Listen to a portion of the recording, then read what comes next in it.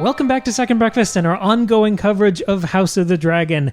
I'm Cam. I never say that part. I'm joined as ever by Maggie and Tristan, and we're here to discuss episode 3 of season 2, The Burning Mill. This is very, very fun. I'm very excited to be talking about this. We don't talk during episodes. We're quiet. We turn the lights off. We do the whole Alamo Drafthouse kind of thing.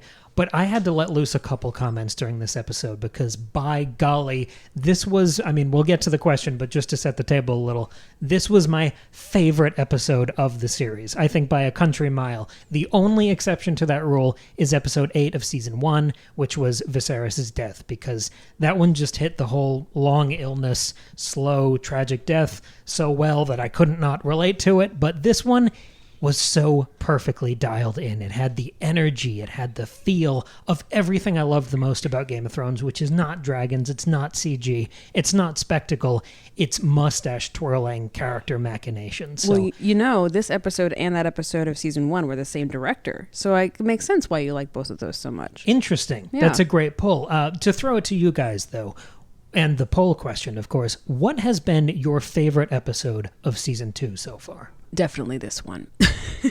I'm with you on it. Like, I really enjoyed episode 1. I had some problems with episode 2, but this one was my favorite. Tristan, which one was yours?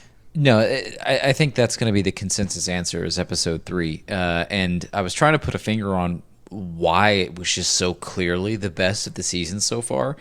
And I think the answer is that it felt the most like Game of Thrones to me. Amongst last season and this one, it's the one that had the most momentum, the most pieces moving simultaneously. The pace was moving at a pretty good clip. We were seeing new things pretty much every scene. A lot of dominoes were getting set up and paid off pretty quickly, which isn't necessarily a Game of Thrones thing. That's something that one of the benefits and positive aspects they pulled from season 1 of House of the Dragon that is showing its head here again. And I think that was to the show's benefit because I didn't get bogged down in something that might have been boring. I got to instead spend time with what are quickly becoming my favorite characters and someone like Aegon, drunkenly parading himself through whorehouses, right? Mm-hmm. I mean, there was just so much that happened in this episode, and it wasn't necessarily these crazy, big, bombastic fights or climaxes. It was just the everyday actions of these characters that we're growing to know and become accustomed to existing, just doing what they do. I want to see them make this world live and breathe, and that's what this episode felt like more than any other one so far. Yeah, I totally agree. I think one of the things that Game of Thrones did so well in its heyday was showing you these like everyday slice of life scenes, but all of those scenes being so essential to the plot, to character development, to us understanding the full picture, and I think this episode was capturing that really well. We're talking about the writing, and I wanted to give a special shout out to David Hancock. This is the first episode he's written for the show, and for my money, I think you give him the rest of the series. I was so impressed by this because sort of the stumbling blocks we had last week with the second episode were all writing related, and I know this isn't the way television production works, but this episode felt like such a response to that. It really filled in all those cracks. I thought, it was like the series turned on a dime and we just immediately fixed all those issues of pacing, dialogue, and maybe most importantly, character interiority that I felt were missing last time. Tristan, a couple of things you said in the last episodes kind of haunted me through the last week in a good way, because I was noticing when there were moments of verbal jousting in this episode that they were leaning into some of that, and it didn't feel derivative. It felt natural. It felt instinctual. Yeah, like extensions of these characters. It wasn't out of place. It was okay. Yeah, they would react that way here. Their dialogue said more. There were these telling insights and confessions. I was struck by how beautiful last week's episode was, even though the writing frustrated me. And there were these moments where a character was looking intensely or sadly, or you could tell there was supposed to be some emotion going on, but I didn't get any of that from what they were saying or what was happening in the scene. It was just really pretty B-roll. This episode, every shot of a person thinking, I was just buzzing with ideas and the dialogue. I just thought everything came together. And maybe to focus it in, what did this episode accomplish for you? Because this is the third episode of the season, and next week we're going to have a big battle. That's our mid-season finale. So in this moment, this calm before the storm, what did this episode add to the series or this second season for you? For me, I think it raised the stakes quite a lot because It's exactly the phrase that was in my head. Oh, stole it right. Well, do you want to jump on and talk about it? No, go for it. Okay. I think we are in agreement. Okay, great. Well, so like last episode was very much like a response to the tragedy of episode 1, but I felt like we weren't really getting anywhere. It was just people's different responses, but like everybody was just like, well, we're kind of sad and we're going to try to like use this to our political advantage, but we're all feeling kind of stuck. And this episode 3, felt like, well, like us finally seeing the full repercussions of what's happened in this war. Is it a war? It's becoming one so far. And I think by like starting off your episode with the Battle of the Burning Mill is like the best way to do that, because you start out by saying like, boom, here's the like big picture ramifications of what's happening, and then we get to zoom in into these intimate character moments, and then we end the episode on perhaps I think the most essential and most intimate character relationship, which is Rhaenyra and Alicent. But that to me, like that scene feels like the highest the stakes have ever been compared to, you know, the field of thousands of corpses that we see in the first scene. And so I just thought that was really brilliantly done. We just see where these series of events have taken all of our characters and what it means for them and what they stand to lose depending on what happens going forward. This episode is the show to episode 2's tell. Right, we heard a lot about, specifically to talk about the Battle of the Burning Mill. Right, the first scene where we get the house, Bracken and Blackwood. Is that the other one? Hatfields and McCoy's style. You know, this is our land. No, it's your bitch queen. That's fun. And then, last episode we heard a lot about, oh yes, your vassals are all up in arms about this. They hate you, Rhaenyra, because of what you did to the baby. Everyone's talking about it. Now we actually finally get to see that. Yeah. And what plays as sort of humorous at first becomes incredibly bleak once the battle zooms out and all of these people are dead because of this seemingly innocuous argument. You know, it starts out innocent or funny enough, and then you see what actually transpires, and that's an idea. It is they call it this after the episode, but it's a microcosm of the events that are actually unfolding before our eyes between the blacks and the greens. So here we're getting a sneak peek of where everything's going to go, right? Ending up in just ash and death. Seeing that play out now amongst the vassals and the smaller houses, like we heard about in the last episode, and actually getting to see instead of hear about the impact that the conflict between the two sides is starting to have. And, you know, maybe they needed episode 2 to set up the assassination attempt on Rhaenyra so that whoever supports Rhaenyra has something to argue back against the child killing with.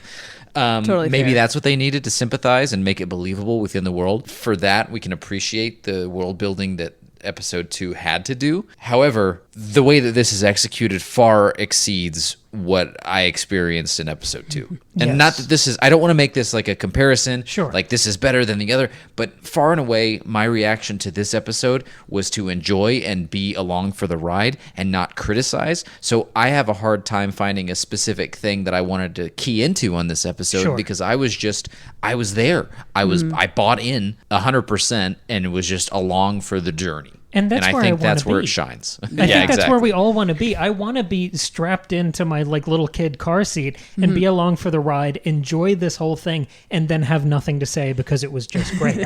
These sort of celebration episodes are where my heart always lies. For sure. And our audience too was, I think, in agreement with us. We asked, like, after these episodes air, we do polls on our Instagram and on the YouTube community tab, and we asked, like, which has been your favorite episode so far, and 44%, which is our winning percentage, said episode 3.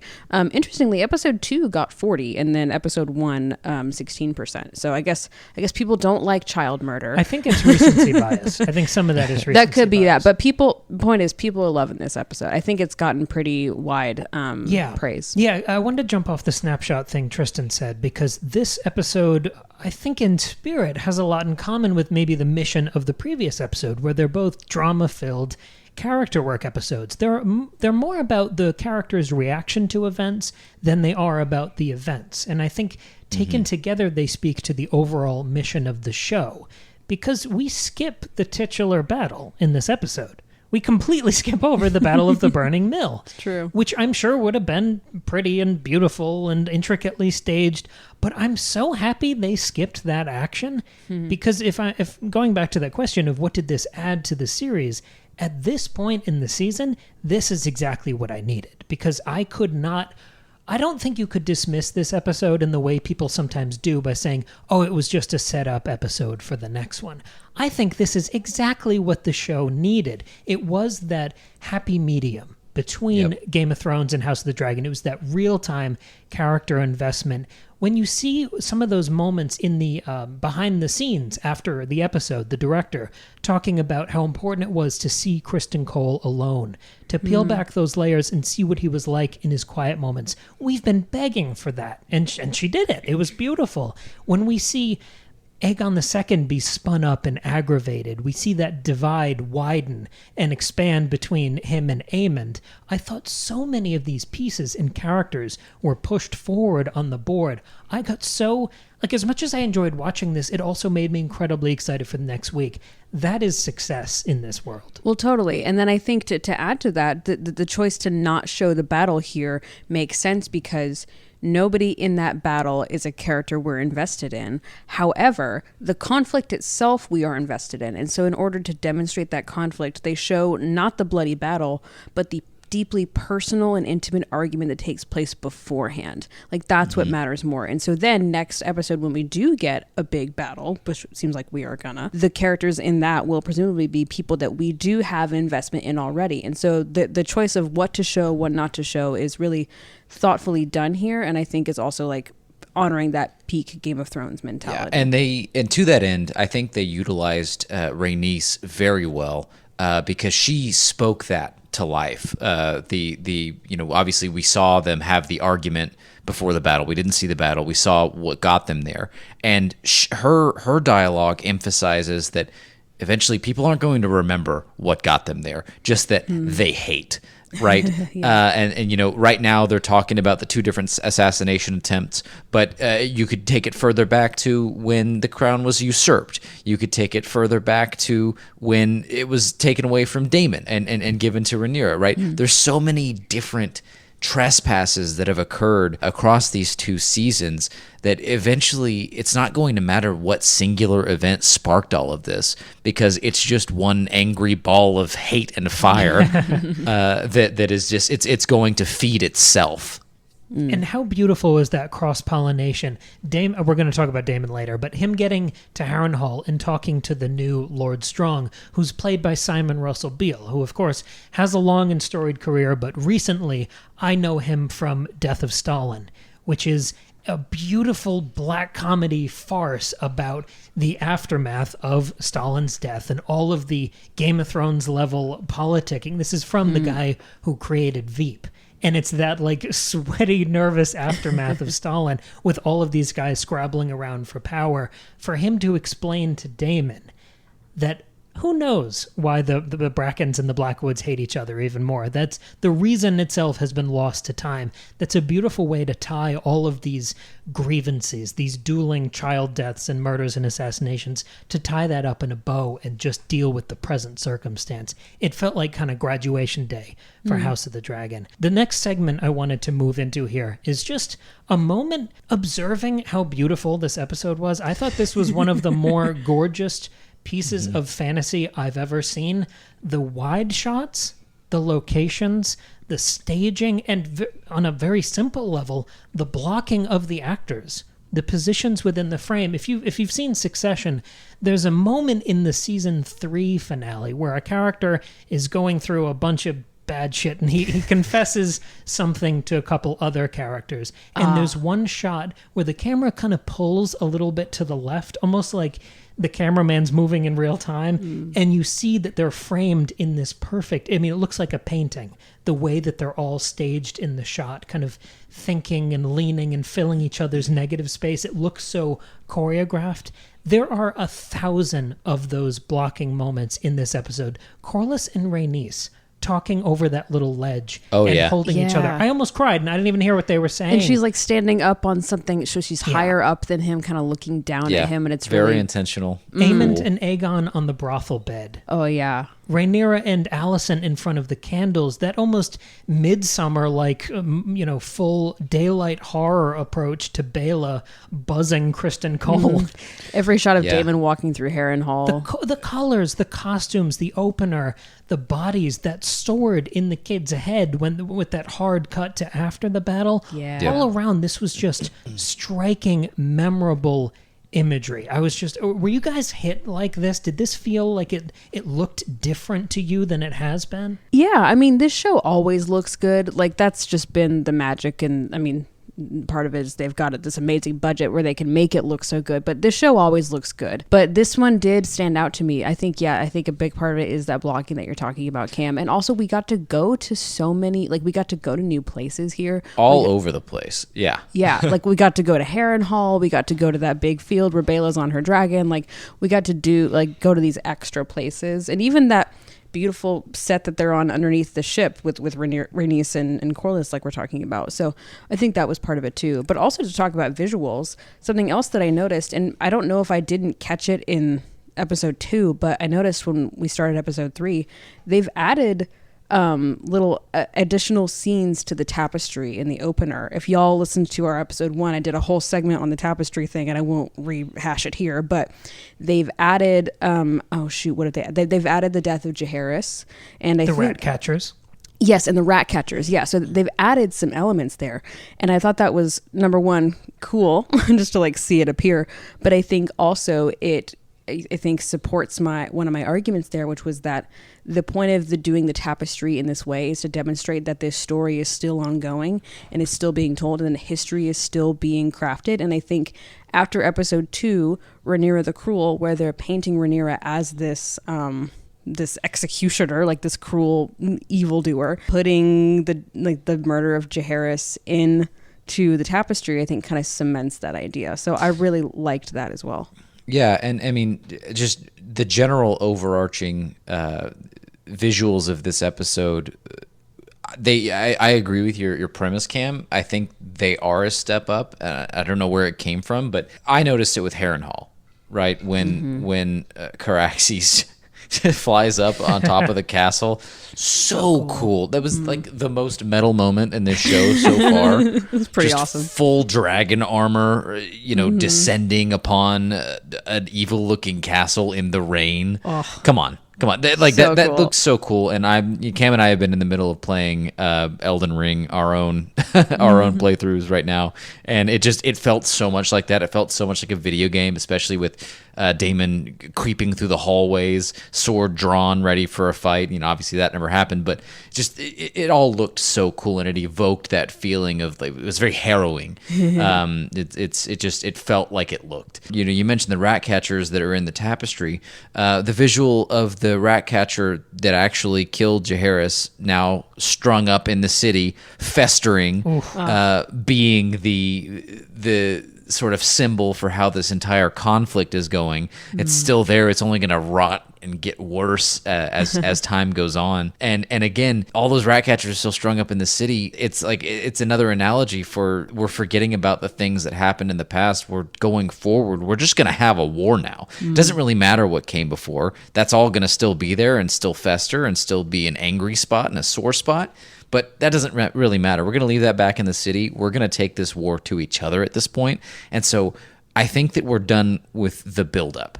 I think all of the inciting incidents have happened, and from here on out, everything that happens is going to be a war crime and or just part of the war itself. Sure, but to be this stunned by the episode that is the calm before the storm is such a testament to this work. It almost, when I see great fantasy, it helps me understand what I love about this genre.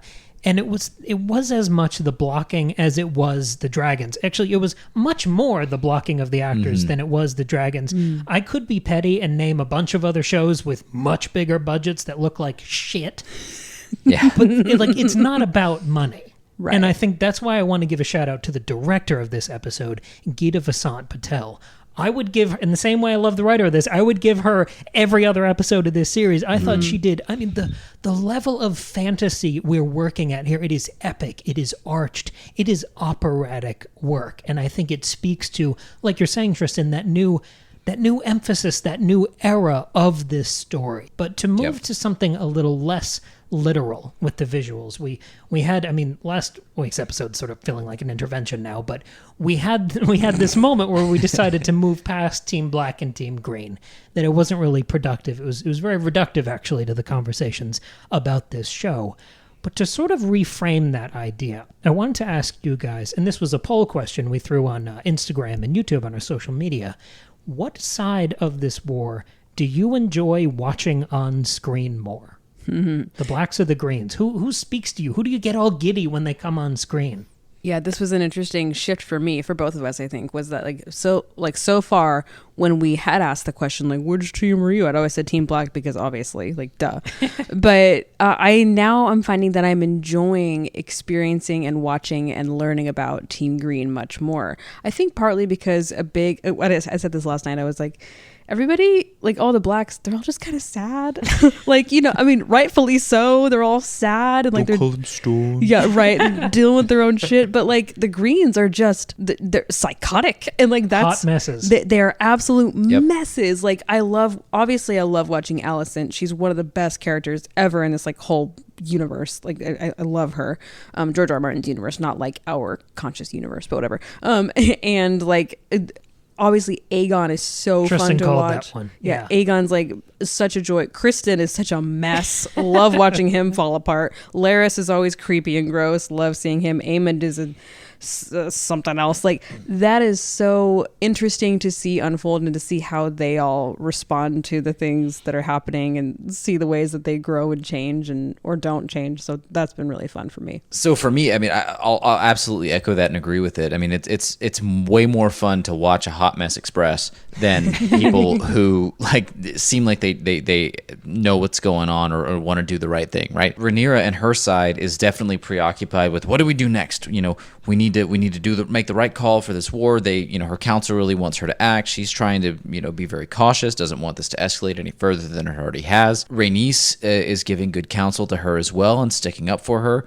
And they, despite the fact that you get nearly insubordinate treatment coming from her council, Rhaenys and Rhaenyra, they pull it back together and ultimately they still have control over what's going on. Obviously they don't have control over Daemon. That's his own thing. He's the one outlier, a loose cannon. There's no surprise there that he's the one that puts things in motion for the Blacks at this point in time, because he is the one that is, marches to the beat of his own drum, won't be told what to do exactly, or he'll be told what to do, but he'll do it his own way. Meanwhile, everyone on the Green side is just, it's fucking chaos. They're all just doing their own thing, like living their lives. And in King's Landing, Aegon is obviously, he's basically having a bachelor party.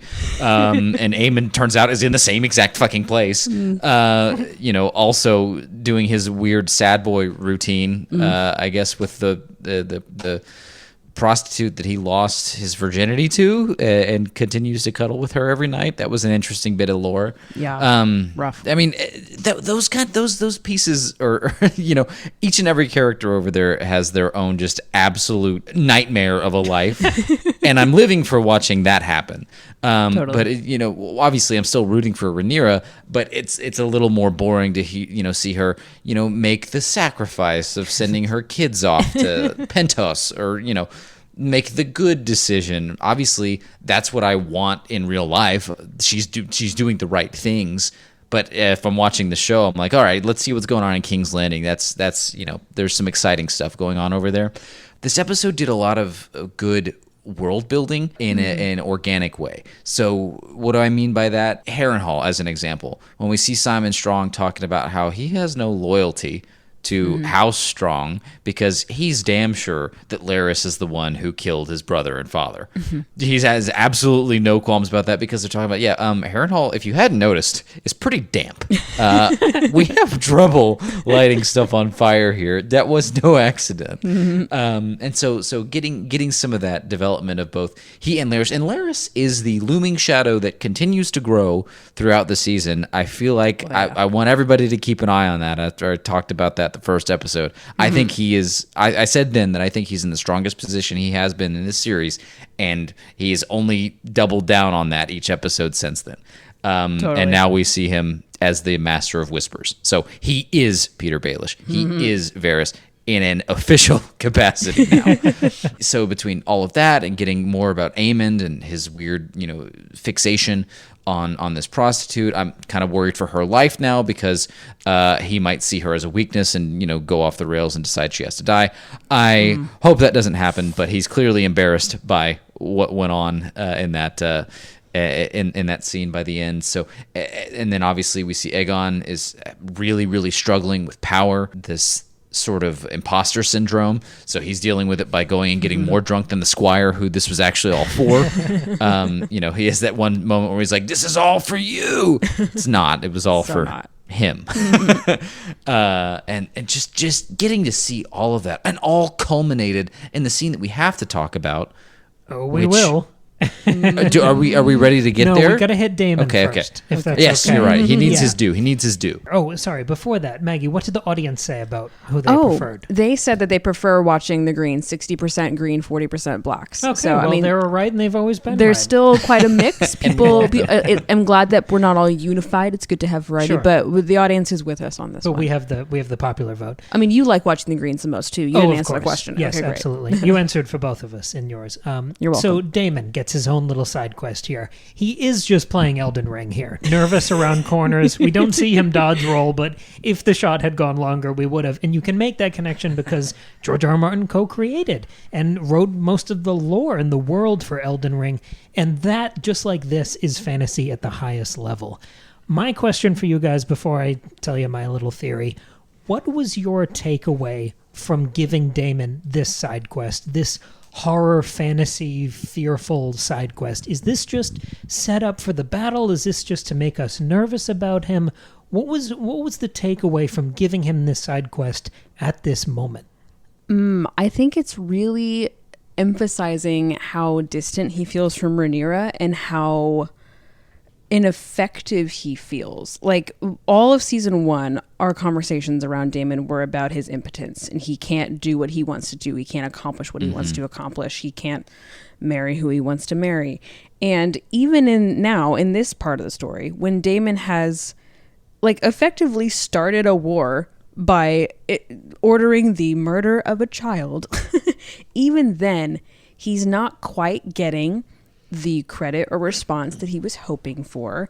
And in fact, it's actually, he did a really bad thing, and it's really not what he meant to happen, but he still, you can tell part of what they were trying to do in episode 2 was Daemon sort of wanting Rhaenyra to say thank you for trying to help and for, getting one up on the greens. But of course it didn't go the way that he had planned for it. And so he's frustrated by that. And then he and Rhaenyra are having trouble connecting, and she says, "I didn't trust you." So now it's he's gone off to do his own thing to try to get something done. But even when he arrives at Harrenhal, ready to fight the final boss, ready to take over, he literally just has to open the door, and they're like, "Okay, yeah, castle's yours." It's not a problem. You want some peas? He doesn't even get to kill someone. And so then he's like, "Well, I'm not going to eat the food because it might be poison." They're like, "Dude, it's not poison. You're fine." And he's like, "Oh." He keeps wanting to do the thing, and he can't do the thing. And so then I think this dream vision experience that he has is reminding him of what he used to want, which was when he was younger and when Rhaenyra was even younger, because we get to see Millie Alcock. Loved this scene, by the way. He sees that. He's like, that's what I used to want. That's what used to motivate me. That's the person that I used to impress. This person used to be impressed by me. She used to, I used to have an effect on her. And now he's not getting the same results with adult Rhaenyra that he got with young Rhaenyra. And so and then he gets to see, the body of Jaehaerys as the physical manifestation of his mistakes and his inability and his own impotence. And I think that's sort of what this is meant to do, is this inability to accomplish what he wants to accomplish is slowly driving him down this kind of spiral of madness. Yeah, and he has to manufacture the conflict for himself. Yeah. For you were right to call it out. First with the food, he's like, well, they're a very easy way to kill a warrior, a dragon rider is what he says. And then the Simon Strong is like, well, my prince, and he goes, Your Grace. Yeah, right. Oh God. And that's just not something that they actually do. He just changed the rules to put himself in a position of, power or to be offended, so that at any turn he's trying to bait, Simon Strong into saying the wrong thing so he can run around and kill somebody. And it's just not going to happen. It is interesting to get into the impotence talks that we had that really did drive a lot of his character arc in season 1. Because these are always his therapy sessions, right? Whenever he goes hoodie Daemon and goes and does something crazy, kills some people, sets some things in motion, goes and gets a clutch of dragon eggs, right? He always does these side quests, and he comes back and he goes, ah ha ha! Nobody asked me to, but I did something cool. You're welcome. This poor guy. And so that's how he gets his rocks off. But now here, yes, he ostensibly got the castle, but that's not what he was. He was looking for his therapeutic time, which is having the fight, right? When he went and fought the crab guy. What was he called? Feeder. The crab feeder, yeah. When he went and did that and just soaked in blood, totally careless, did not give a shit about the consequences, right? He was totally prepared to do that here. And it was sort of a letdown for him that he didn't. And what he was left with was having to contend with his own thoughts, his own misgivings, his own screw-ups. Because Harrenhal, correct me if I'm wrong, in the lore, it's known to be kind of haunted, right? Totally, yeah. Yeah, that's the upshot why we're seeing these supernatural things happen at Harrenhal. His supernatural experience leaves him at the Weirwood tree, which presumably means that was really a supernatural event. It's not just him feeling guilty about all this stuff, but it does intermingle with his mindset of it all. And it really shows us that instead of just being this total sociopath, I think he really does just want to do a good job. And we're seeing him actually contend with those psychological issues and now the guilt that we sort of set the stage for in season 1. I'm not sure of the purpose of the woman who's there. You're going to die in this place. Ultimately, I thought it was a very affecting scene and a really good way to humanize Daemon, who could very easily become, as you guys put, and I can't take credit for this, the Daemon ex machina. Yes. This felt like the first time we've seen Daemon since season 1.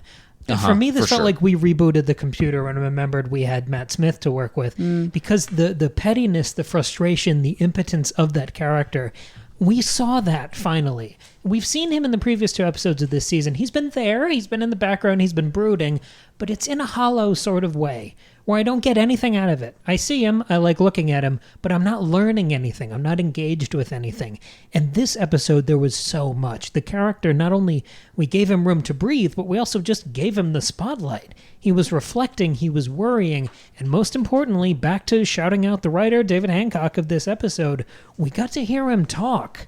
That verbal jousting that you were praising, Tristan, as being an essential part of the formula for storytelling in this world, a lot of that comes from Daemon here. Yeah. And I loved hearing that again, that flair of him being petty, the subtext of knowing everything that he's feeling insecure about, the grievance, and all of that exploding out of him with these visions. I want to move into that poll question. What's the deal with Daemon's vision? Before I ask a little follow-up, what did the audience say to that? So we asked, was this a dream, or was it is this all in Daemon's head, or is this a supernatural witchy situation? 33% of our audience thinks it was a dream in his own head, and 67% said it was a supernatural witchy phenomenon. I mean, I think the presence of the woman at the end of that scene probably is what drove that home for a lot of people. I won't say anything about it, but Tristan, since Cam and I have read the books, that woman becomes an important character later, so that's why she's present here. She's not just this random weirdo. She has a role to play. I have a question. So we got to see this sort of metaphor of young Rhaenyra coming back here. And there was a moment inside the episode at the end where they mentioned something about Daemon's first vision. Did you guys catch that? right at the end. Something there was about a way they framed it. They said he's starting to. Yeah. They hinted that more of this is going to come. So my question, and I'm ignoring anything I know from the book. I'm just having fun here. That's what the discussions are for. What do you think if you were just like exploding Daemon's subconscious out onto the screen here? What else would you want to see in these visions? If this is his like Christmas Carol moment of his, of seeing all of his past sins come to life and haunt him, would you throw in, I mean, if you could get any actor you want, if you could pull Viserys back in, would you see him? Would you have Blood and Cheese and Daemon have to actually reckon with what he did? Would you bring back the White Worm? Like, what do you think is next for these sort of, I don't know, Jiminy Cricket visions that he's having? I mean, if this was my sandbox, I would just go full Richard III, and you bring back his first wife who he killed. You bring back in, Lena. Like, effectively, it's his fault she died because he got her pregnant, right? Like, you could have that in there. Like, bring in everybody whose death he had a role in. Like, maybe even, like, I don't know, replicate the scene in, what is it, episode 2 or episode 1 where he's going nuts with the gold cloaks out in the city, right? Like, and all the atrocities he enacts there. Like, all of that stuff. Like, finally, this guy who's like always seemed like I have no conscience. I like don't care. I'm a sociopath. Like, see it all like kind of come to the front. Even the crab feeder. You could have everyone he's scorched with his dragon. Those visuals were so cool. Like with the way that they made the crab feeders costumes, it would be a shame not to bring him back in one of those visions. That would be pretty cool. I have sort of a curveball question spinning off of this. This episode starts this vision thing for Daemon, and we know we're going to get more of that through at least this season. I feel like you don't introduce that if you're not going to have more fun with it. You don't just do that the one time, yeah. And I think that's going to very much deepen our understanding of this character. And for me anyway, my investment in Daemon, I feel like I'll go deeper into his brain than I have anyone else. And it proves that the show can do surreal and supernatural stuff on screen. My question to you guys: should we have been doing this all along with Helena and the dreams so that we could tell what those were about without having to freeze frame the show and do uncover the JFK assassination to find little clues of what the hell she's dreaming about? Oh, like all the stuff on the walls in her room. You could make the argument to play the other side that we don't get to see Helena's visions because only she gets to see them, and we are everyone around her who she just seems crazy to us. But also, it would have been so cool. So, yeah, I think that we'd know one thing about her character. Well, yeah, that's what I was going to say. I mean, she's become a plot device more than anything. I mean, because let's zoom out. What has she been in the story for? She had a baby so that he could get killed. And she said, "There's a beast in the boards." And you do that so well every time. It's more unhinged every time you do it. It's just going to be just absolutely gibberish. Yeah, by the end, there's no way anyone's going to know what I'm saying, but it'll sound vaguely British. She exists to do that and sort of be weird, and I guess is this clairvoyant character. But you're right. She has no characterization outside of that. This semi-oracular being.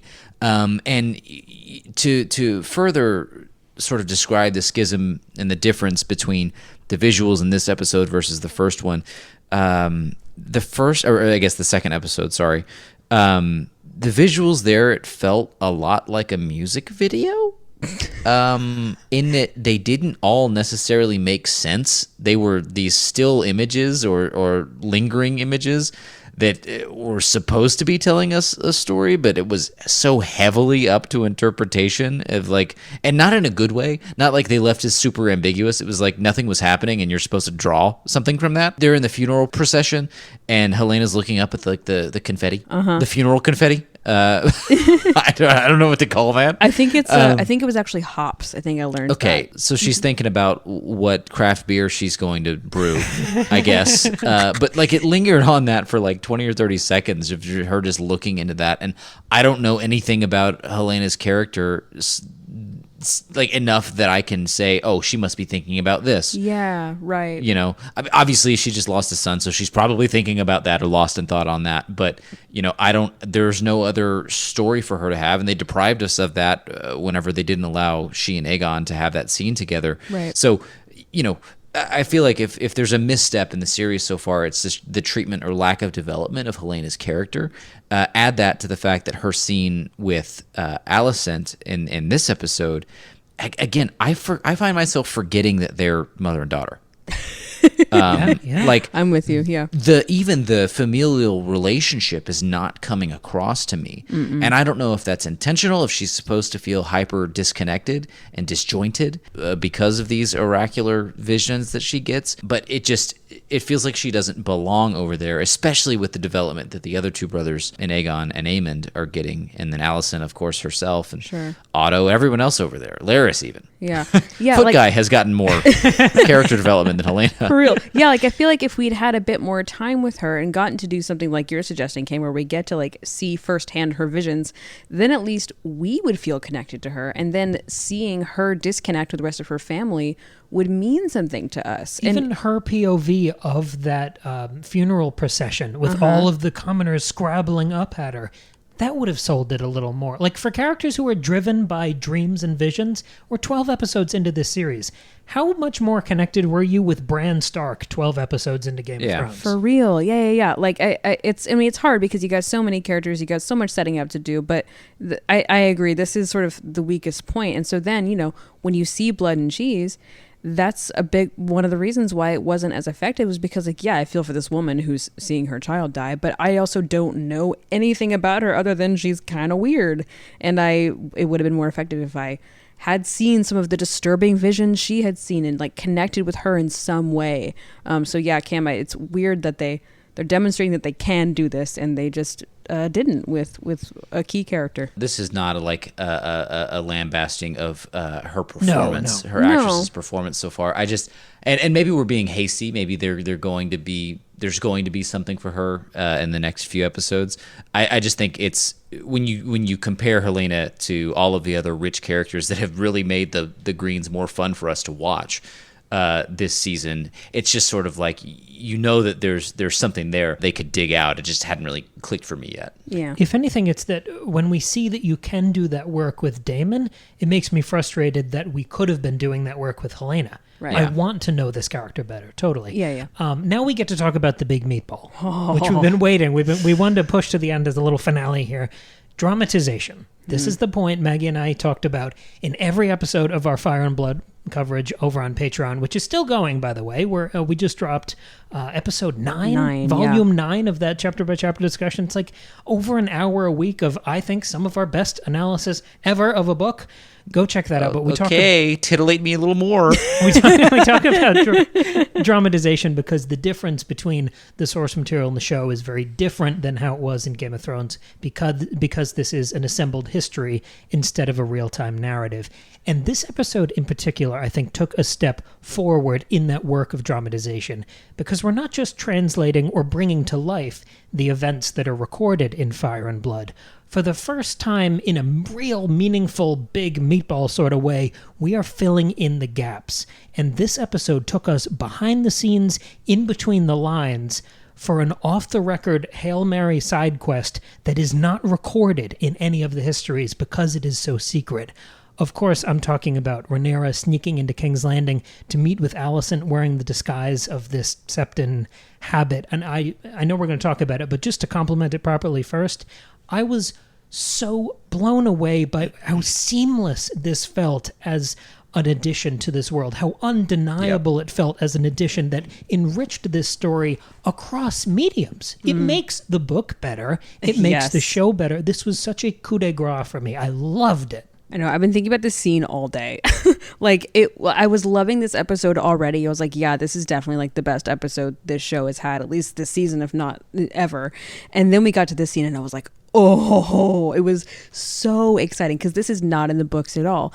In the books, I'll share, Rhaenyra at some point does try to like parlay for some kind of peace, like through official written correspondence with Alicent, but they don't have this in-person conversation in the book at all. But Cam, you're right.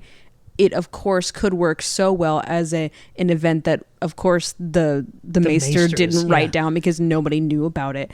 I think this was perfect, because we even last week we were saying like, oh, it's such a bummer that like we aren't getting to see Alicent and Rhaenyra together in person, and here they are together. And it was so rewarding to watch. It was beautifully shot. There was wonderful mirroring. A lot of people online have pointed this out. There's another scene when between young Rhaenyra and young Alicent when they're in the sept together at that like candle table, and here they are again, but after so much shit has gone down. And you just the performances between these two actors is so good. Like, it was a beautiful scene, and it so helped me understand both of their characters better. And like I said at the beginning of this episode, it raised the stakes, I think, so intensely by the end of the scene. Well, that scene itself is just it's such a great opportunity to encapsulate the core conflict of this entire series, and sort of how it all happened, right? I didn't know if we were ever going to get to the point where this misunderstanding of the prophecy was going to be addressed by the two of them. And like, it was all that I wanted early on. It was like, oh my God, if they just knew that right now, this is all avoidable. And now you finally say it, and the acting by Rhaenyra is just so phenomenal in that scene. The emotions that dance across her face once she realizes, oh my God, this is from like a fucking story. This is a misunderstanding there's a subtle smile that flashes across her face out of the sort of absurd humor that exists within that premise. Right. You see like the glimmer of hope on the face. Yeah. And the fact that people are dying and well, cause before that, right, she's literally having a heart to heart. She's like, did he really change his mind at the end? He had never said it before. I was just with him that day. What did he tell you? And she implicitly trusts Alicent. She's gonna shoot her straight, and you see her double down. She's like, I am telling you exactly what I heard. And then whenever she expands upon it, you see Rhaenyra start to think, oh my God, maybe he did give up my claim, and I've been doing this for no reason, only to realize, oh shit, Alicent's been doing this for the wrong reason. But for all of the hope that the mutual understanding of the mistake gives us for a split second, we've already seen the way that this story goes from the beginning of the episode, the burning mill. We see, and the discussions that Rhaenys has had about how nobody's going to remember how this war started. It doesn't matter anymore because you're there. And there's really no way to walk it back at this point. Too much blood has been shed. People are chomping at the bit. Both sides' counselors or war councils are like ready to do it, and they are actively on the way to do that. Rhaenyra's folks by Sky, with Baela chomping at the bit to light everybody on fire, and with the Greens, you've got Cole marching to actually get battalions into war. It was very tragic. It had all of the makings of a great tragic scene because we all wanted so bad for it to work out, and the characters still plainly like each other, despite the fact that each of them has had a son die, and maybe that brings them closer together. I'm sorry, each of them have experienced a loss. Obviously, Rhaenyra with her son and Alicent with her grandchild, and maybe that brings them together closer as understanding the very real, very visceral impacts of what war is going to bring for everybody else. It can't go that way. I mean, even the bungling beginning to it, Rhaenyra pulls the knife and she goes, oh no, wait. Oh, yeah. What was the line she said? I've begun poorly or something. Yeah. Very funny. It was so very good. Funny. And watching those two in interviews is hilarious. You can see the chemistry that they've got going on. So that they had a lot of fun like with that part of the scene. Totally. But it's just and Rhaenyra's like, obviously, if you scream, I'll kill you. And like, I absolutely do not believe her in that moment. Yeah, of and I course don't think wouldn't. Alicent does either. Right, but she knows that like she's desperate enough to like talk to her, so she's gonna hear her out. Yeah, I mean that was like, I think that the saddest part of that scene for me was when Alicent understands the miscommunication. She still is like you said, like she's recognizing the larger, like, it's too late, we can't do anything about this, the war is gonna happen. But I think in that moment she's also saying, not only is it like too late for our families, for the war, for like the state of the realm, but I think it's also like too late for Alicent. I think she has been so insistent on her cause and so passionately trying to enact what she thought was Viserys's last wish, her husband's last wish, that she can't let go of that.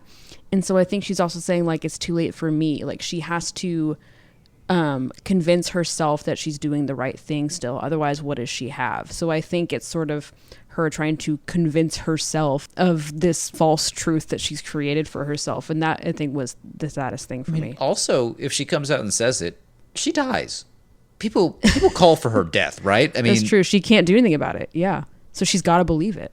The passion, the tension, the conflict between these characters is so staggering. It's the best love story. It's the best rivalry maybe the series has ever had. I'm so glad we got to see them on scene again together, and I hope they can manufacture as many of these as possible going forward, because it's just such a delight. But I want to point out that the reason I call this kind of episode the thesis or the mission statement for these shows is because every other fantasy show would have the climax of this episode be the Battle of the Burning Mill. This one is two women sitting in front of candles for 10 minutes, and it is so much better than any action sequence. Totally. The chills I got when Rhaenyra mentions the prince that was promised. She's like, wait, the prince that was promised? And then you hear the prince that was promised music in the background. I was like, I got so excited. Also, this is not at all artistically important, but Emma Darcy looked so gorgeous in that nun habit. I was like, who ever looks beautiful in a nun habit? And it's Emma Darcy. Anyway, it's tough. I was absolutely blown away by the bone structure. Anyway. We asked an audience poll about this. We asked the people, after watching the Rhaenyra and Alicent scene, do you think that peace was really on the table here? Do you guys have an answer before we get to the results? I wanted there to be so bad, and I thought, like, if it's gonna happen, this is how it's gonna happen. It's between these two women. It's another example of why Rhaenyra sort of has these heroic qualities. This is a horrible plan. I mean, and there, I'm sure that there are some detractors of its existence going, she would never ever do that in the book. I love it as a dramatic scene, but plainly, it is a horrible plan. It can go wrong in so many different ways. It's very dangerous, yeah. Incredibly dangerous, but it speaks to the swashbuckling and effective. Again, the dichotomy in season 1 was between her and Daemon, where we frequently saw her actually sort of imposing her will in a good way, right, and making good decisions, but making things happen. Being a woman of action, versus Daemon was too, but it was usually not with the intended or desired results. Yeah, it didn't quite work. Rhaenyra, when Rhaenyra wanted to do something when she wanted something to happen and she did something about it, it usually worked out in her favor. So we see her taking that personality, that character trait that we saw so much of in her youth, and applying it again here. And obviously, it works out to an extent because she lives. But I think this is also her realizing, and us, the audience, realizing that this is not a story where she gets to prevail based on her force of will alone and her charisma. Gone are the days when she could actually do that and it works out for the best. There's just been too much that has happened since then that prevents that from being an option. And so I think it was doomed from the start, but I do think that both of these characters needed this moment as like a final, essentially goodbye, but it's permission, right? They both know neither one of them is going to back down because they aren't able to. At this point, it's too far gone, and it doesn't matter why they're there. They're there. And so I think it's going to become less about the grievances that each one has against each other, and now all attention is on this war. They have essentially looked each other in the eye, shook hands, and said, well, we're doing this.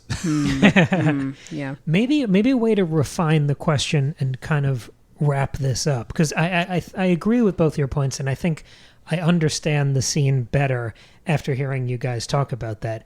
The thing I took away from the scene was the deep sympathy that remains between these women, despite all the horrors they keep inflicting upon one another.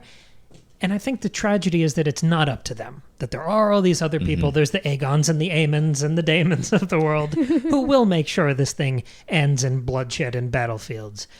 if you could remove all of those people and just kind of blink them out of existence, if it was up to these women, do you think there was an off-ramp from war here? For sure. Yeah. I think so. I definitely think so. And that's the saddest part. And that's good. Yeah. You want as much tragedy as possible. That's what enriches the drama. What did you think, Cam, while watching this scene? Yeah, I did think it was on the table. But I was just watching the interactions more than anything. Sure. I think when the performances and the writing are this good, it's not that I forget that I've read the book, is that it doesn't matter.